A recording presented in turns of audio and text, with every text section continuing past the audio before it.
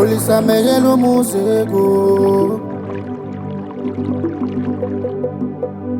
Chukwu Olisa Meghere musego n'ụwa papa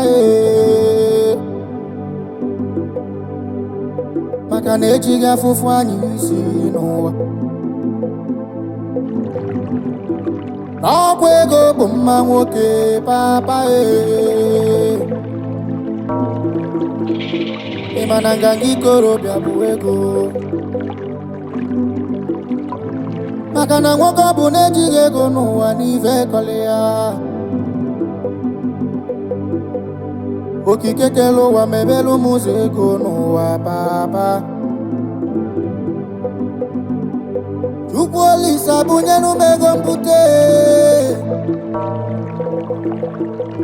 maka na ego kilikili adịbozikwe mkpa chacha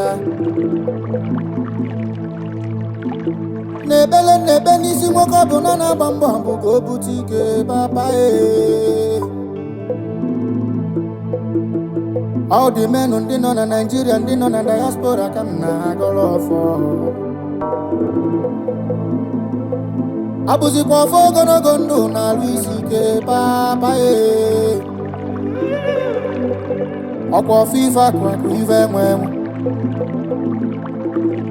ọfọ pounds and dollars ka nna ya n'isi nwoke ọ bụ na na-agba mbọ inugokwa onum ọkwa ego mgbe ochie ego n'ala afịa ego igwe ka Chukwu ya eji chọọ anyị mma ọ bụ ya ka nna ya Chukwu okike abiama n'isi anyị n'ofu n'ofu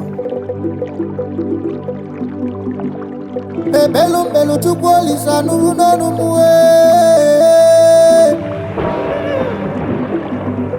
ya meghere ụmụ ụzọ ego na-ejighị afụfụ anyị isi chacha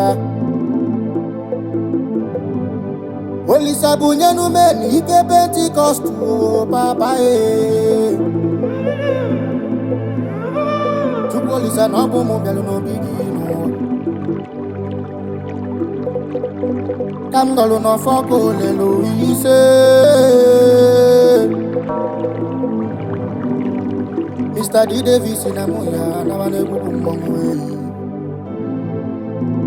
Olisa Meghere ụmụ ụzọ ego